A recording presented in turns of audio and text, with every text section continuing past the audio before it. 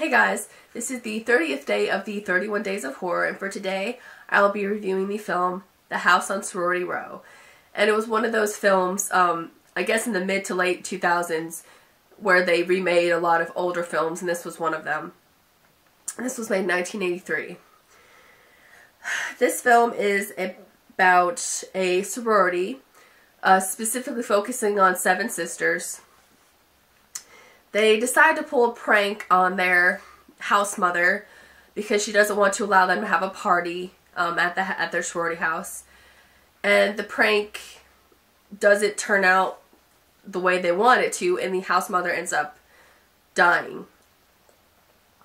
And instead of going to the police, the girls decide to hide the body and go ahead and have their party and just dispose of it because they feel they'll get in trouble and their lives will be ruined from just this harmless prank. I really liked this film. I really didn't have high hopes for it, although I do love 80s horror films. This was just one I just never had watched just because it didn't seem like it would... Just one of those movies that you kind of avoid even though you've heard a lot about it. But yeah, it had great pacing. The story was interesting.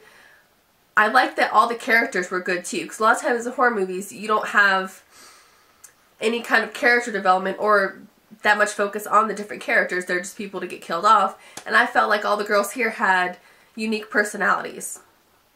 And so that, that made me more interested in the story.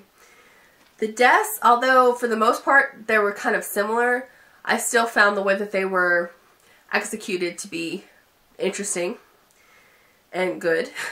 And it had a good ending, like something I kind of expected toward the end, but it was still good.